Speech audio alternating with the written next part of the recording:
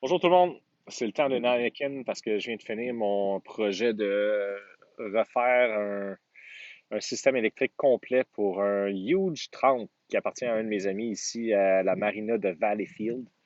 Euh, Fait que c'est le temps de Anakin.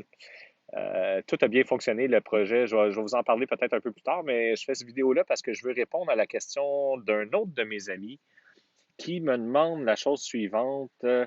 Il dit, on voudrait mettre le cap vers le Mexique ce printemps, mai-juin, pour y rester jusqu'en novembre-décembre. Nous y serions pendant la saison des ouragans. J'aimerais savoir s'il y a des endroits moins touchés ou pas touchés par les ouragans sur la côte ouest du Mexique et quel serait l'itinéraire idéal pendant cette saison. Je vais essayer de répondre à cette question-là. C'est une question un peu compliquée. Bon, est-ce qu'il y a des endroits qui ne sont pas touchés par les ouragans au Mexique? Non. Sur la côte ouest, tous les endroits au nord de Zihuatanejo, au nord d'Acapulco, sont susceptibles d'être touchés par les ouragans. Maintenant, les ouragans de la côte ouest mexicaine ne sont pas les ouragans des Caraïbes. Si vous allez, je vais vous donner le site là, dans les commentaires. Si vous allez voir l'historique de NOAA NHC, il y a l'historique de toutes les tempêtes là, des dernières années. C'est rare que les tempêtes dépassent 55 nœuds du côté Pacifique. Donc, 55 nœuds, c'est une tempête tropicale parce que ça a toutes les caractéristiques d'une tempête tropicale. Il y a une dépression, il y a une espèce d'effet rotatif des vents. C'est sûr que ça amène beaucoup de pluie. Les communautés là-bas ne sont pas très équipées pour recevoir autant de pluie que ça. Il n'y a pas de système d'égout, d'aqueduc vraiment pour évacuer les eaux de pluie. Donc, souvent, la pluie va emmener des glissements de terrain. Les glissements de terrain amènent des destructions de routes. Puis, évidemment, ça va peut-être des fois, comment dire, ça va peut-être amener des morts. Il y a tout le temps des morts quand il y a des tempêtes tropicales là-bas. C'est triste un peu parce que c'est pas des conditions si extrêmes que ça. Par contre, comme ça arrive très peu souvent, ben, les infrastructures ne sont pas là pour dealer avec toute cette eau-là. En gros, c'est des problèmes qui arrivent. 55 nœuds en mer dans une tempête tropicale. Le plus que j'ai vu d'une vraie tempête tropicale du Mexique, c'est environ 35-40 nœuds. Ça fait des conditions pas agréables. C'est pas agréable à naviguer du tout, du tout, du tout. Par contre, les marinas, que ce soit toutes les marinas qu'on peut imaginer, le Cabo, euh, San José del Cabo, La Paz, la marina de Porto Escondido dans le coin de Loreto, qui est plus au nord, là, du côté de la mer de Cortez dans Baja California. Si on regarde la marina de Mazatlan ou que ce soit La Cruz de Huanacaxtel, qui est juste au nord de Puerto Vallarta, ou Paradise Village, qui est dans Nuevo Vallarta, ou même la marina de Puerto Vallarta. Il y a aussi la marina de Barra Navidad. Tout ça sont des marinas extrêmement bien construites, extrêmement solides, capables de recevoir ces tempêtes-là. Vous pouvez être là avec votre bateau puis être en sécurité totale, à moins qu'il y ait une affaire vraiment bizarre qui se passe cette année-là. Ça devrait tenir. Il y a pas, ces marinas-là sont capables de recevoir 50 nœuds de vent puis que vous allez être en parfaite condition avec votre bateau, là, il n'y a pas de problème.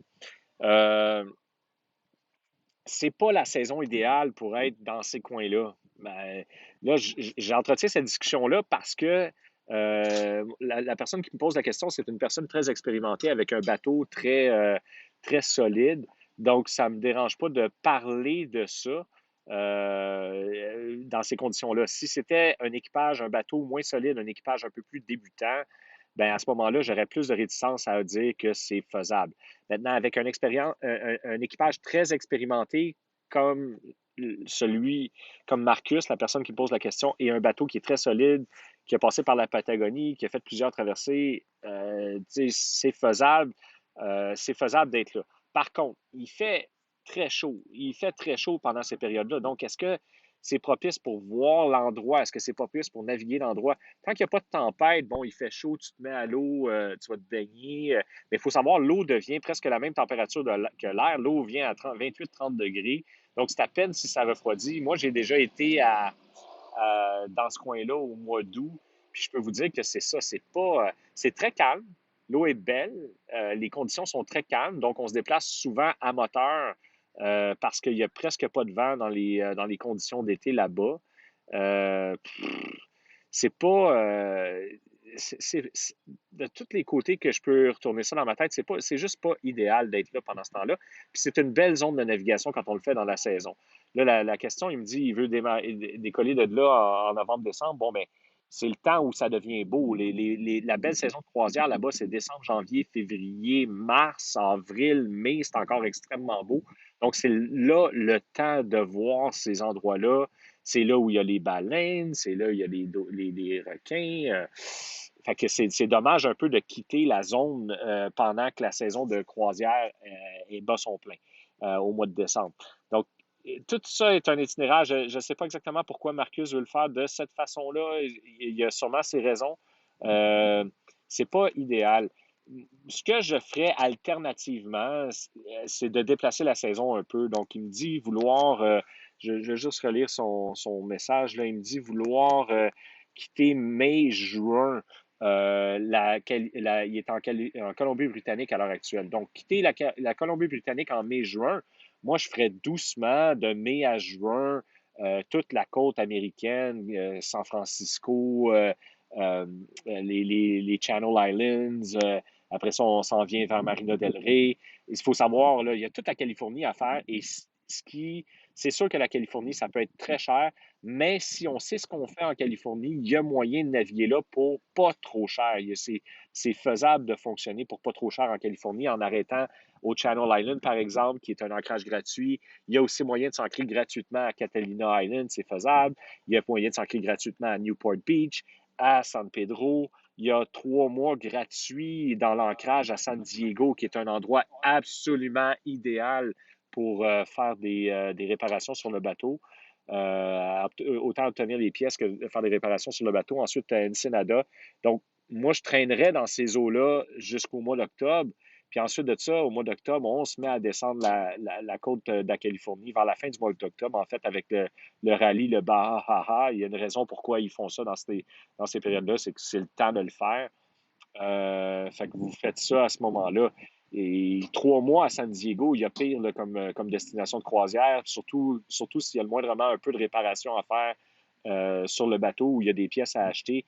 On se met à l'ancre, il appelle ça le A9 Anchorage en face de la station de Coast Guard. Restez là 3 mois, il y a pire.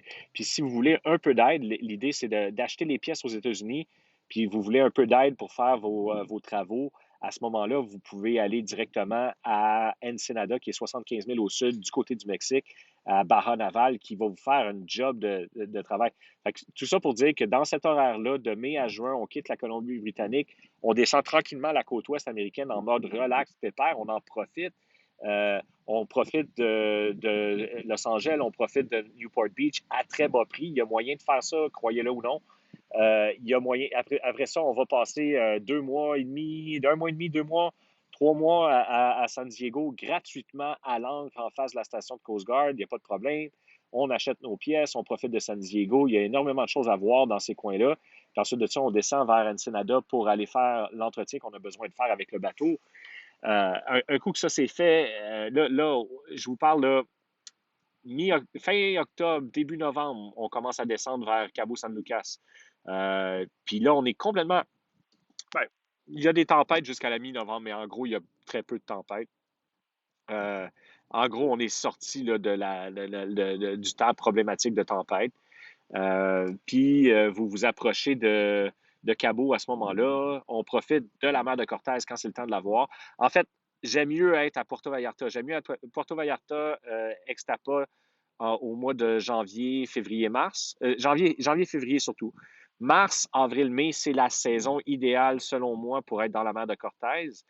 Puis là, c'est ça. Je ne sais pas exactement quel est le reste du programme de navigation. Là. C'est pour ça que ça devient tricky. Mais de venir là pendant les mois d'été, d'être là en juillet, août, je parle la côte ouest mexicaine, là, mer de Cortez, côte ouest mexicaine, juillet, août.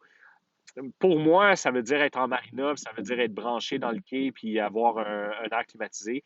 À moins d'avoir un générateur puis d'être capable de faire marcher l'air climatisé puis d'approvisionner en fuel le générateur qui va marcher tout l'été pour faire l'air climatisé tout l'été.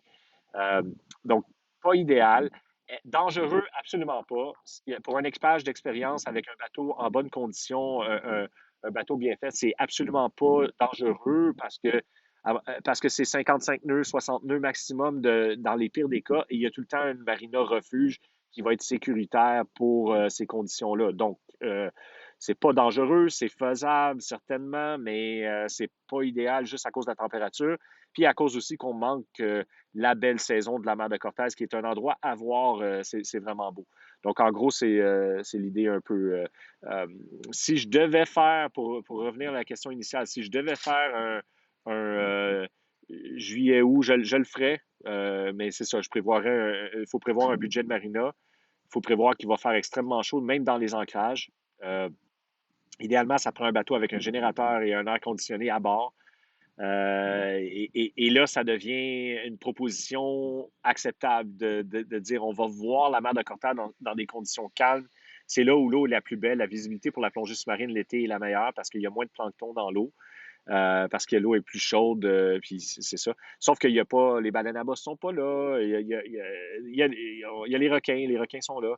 Pas les requins baleines parce que c'est pas leur période où ils se nourrissent là-bas. Donc, en gros, juin, juillet, août, septembre, octobre, dans la mer de Cortez, sur la côte ouest mexicaine, très faisable, faisable sécuritairement. Les installations sont là, c'est disponible, c'est faisable. Est-ce que c'est idéal? Non. Est-ce que c'est idéalement, il faut ajuster l'horaire, puis il faut profiter. Moi, je dis, on manque beaucoup là, en ne profitant pas de la Californie. Je comprends l'angoisse peut-être financière qu'il y a derrière la Californie, ou peut-être que c'est trop vu, c'est trop plate, mais à mon point de vue, c'est une zone de navigation qui est très agréable à faire aussi, et très le fun si on le fait dans les bonnes conditions. Donc, je perds ma lumière, je vous laisse là-dessus. Peut-être que je vous ferai une autre vidéo sur la Californie, puis comment faire la croisière en Californie à un budget raisonnable. À plus!